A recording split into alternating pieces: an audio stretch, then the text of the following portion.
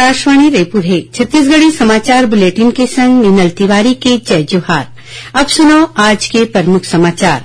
NDA के राष्ट्रपति पद के उम्मीदवार द्रौपदी मुर्मू दूसरे दौर के मतगणना के बाद विपक्ष के उम्मीदवार यशवंत सिन्हा ले आगू चलत हैं। छत्तीसगढ़ विधानसभा के दूसरा दिन आज मुख्य विपक्षी दल भाजपा के सदस्य मन प्रधानमंत्री आवास योजना के मुद्दा में सरकार के जवाब ले असंतुष्ट होके सदन में बहिर्गमन कर दीन और जगदलपुर और कोरबा जिला के 2 महिला स्व सहायता समूह ला सिंगापुर में दे जाही अंतर्राष्ट्रीय पुरस्कार। अब समाचार विस्तार ले। राष्ट्रीय जनतांत्रिक गठबंधन एनडीए के राष्ट्रपति पद के उम्मीदवार द्रौपदी मुर्मू दूसरे दौर के मतगणना के बाद विपक्ष के उम्मीदवार यशवंत सिन्हा ले आगू चलत है। सांसद मन के वोट के गिनती पूरा हो गए है और ये बेरा में विधायक मन के वोट के गिनती चलत है। अभी तक की जानकारी के मुताबिक श्रीमती मुर्मू ला 1349 वोट मिले है, उन्हें यशवंत सिन्हा ला 537 वोट मिले हवाए।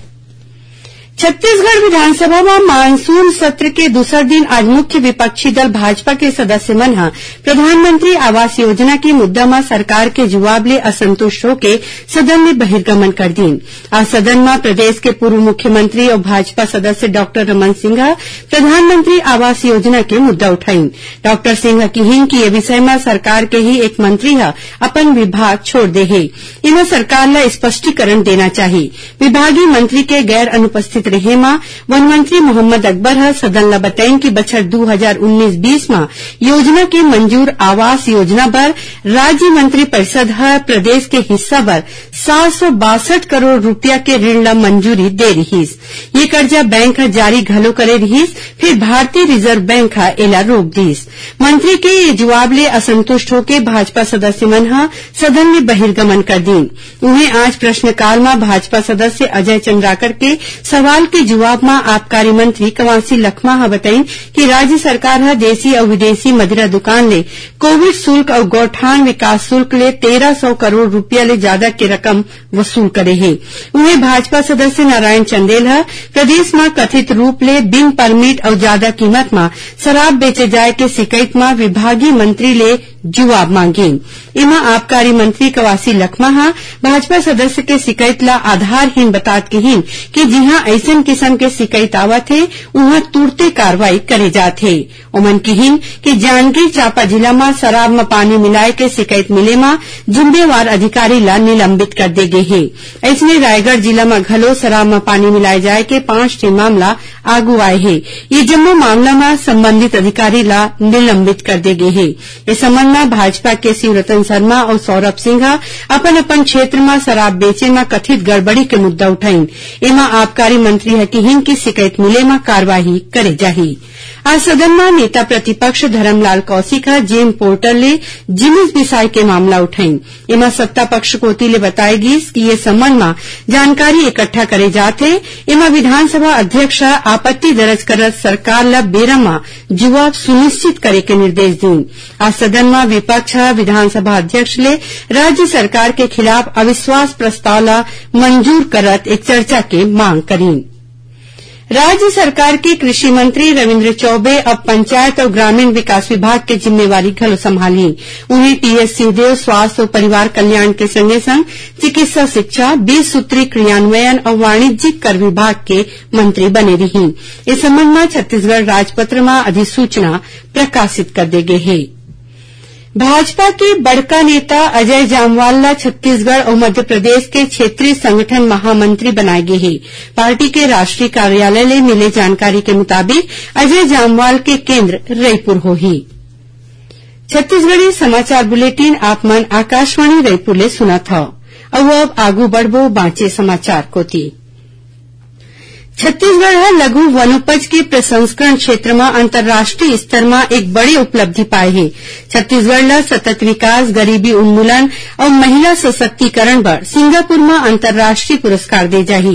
एकर बर जगदलपुर और कोरबा जिला के 2 महिला स्व सहायता समूह ला चुने गए हैं। ये इनाम सिंगापुर में 22 और 23 जुलाई के हुवैया ESG ग्रिड समारोह में दे जाही। मुख्यमंत्री भूपेश बघेल और वन मंत्री मोहम्मद अकबर एकर बर जगदलपुर और कोरबा जिला के महिला स्व सहायता समूह के सदस्य मन ला अपन बधाई और शुभकामना दीन है। देश भर में कोविड टीकाकरण अभियान में अब तक 200 करोड़ 91 लाख ले ज्यादा झन ला कोविड रोधी टीका लगाए गए हैं। केंद्रीय स्वास्थ्य मंत्रालय ने बताया है कि काली 29 लाख 12 हजार टीका लगाए गिस। एती छत्तीसगढ़ में घलो कोविड टीकाकरण अभियान चलत है। राज्य में 4 करोड़ 30 लाख 19 हजार ले ज्यादा कोविड रोधी टीका लगाए गए हैं। प्रदेश के आने जिला में ज्यादा ले ज्यादा पात्र लोगन ला सुरक्षित टीका के दूसर खुराक के संगे संग प्रिकॉशन डोज एहतियाती डोज देबर विशेष अभियान चलाए जाते। इमा मुंगेली जिला के मुख्य चिकित्सा अधिकारी डॉक्टर मधुलिका सिंह ठाकुर बताई कि पाछू 15 जुलाई ले मुफ्त में प्रिकॉशन डोज पर जगह जगह शिविर लगाए गए हैं।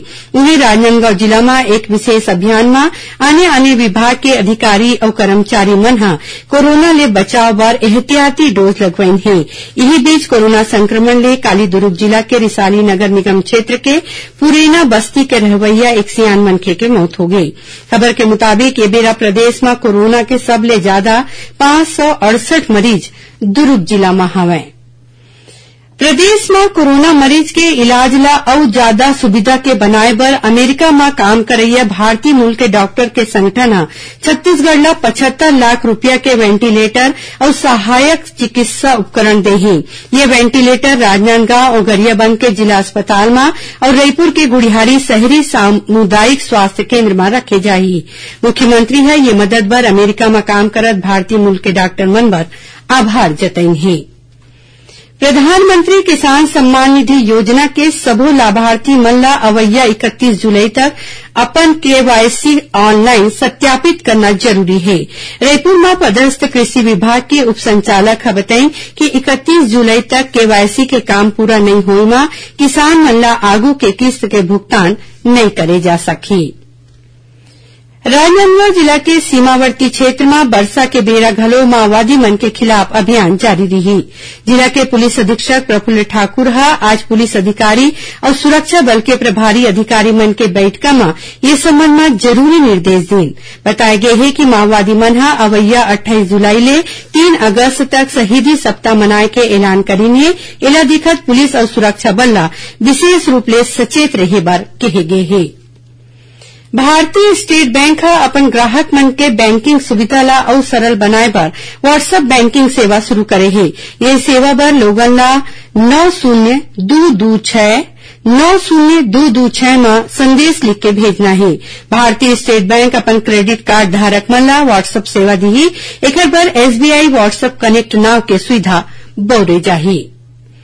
मुख्यमंत्री भूपेश बघेल काली कुम्हारी में नगर पालिका के नवा भवन और नवा बने क्रिकेट स्टेडियम के लोकार्पण करीन। ओमन स्टेडियम के नाम स्वर्गीय मिनीमाता के नाव में राखे के घोषणा करीन है। अपन दौरा के बेरा मुख्यमंत्री 42 करोड़ रुपया के आने विकास काम के लोकार्पण और भूमि पूजन करीन है।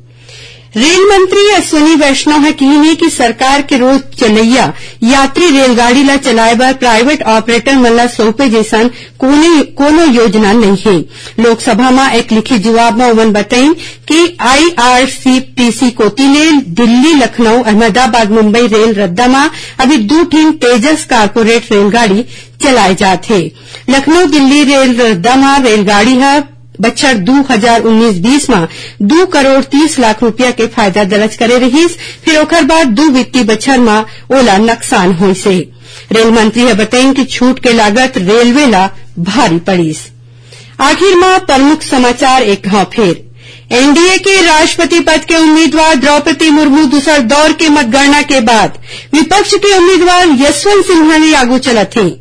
छत्तीसगढ़ विधानसभा के दूसरा दिन आज मुख्य विपक्षी दल भाजपा के सदस्य मन प्रधानमंत्री आवास योजना के मुद्दा में सरकार के जवाब ले असंतुष्ट होकर सदन ले बहिर्गमन कर दी।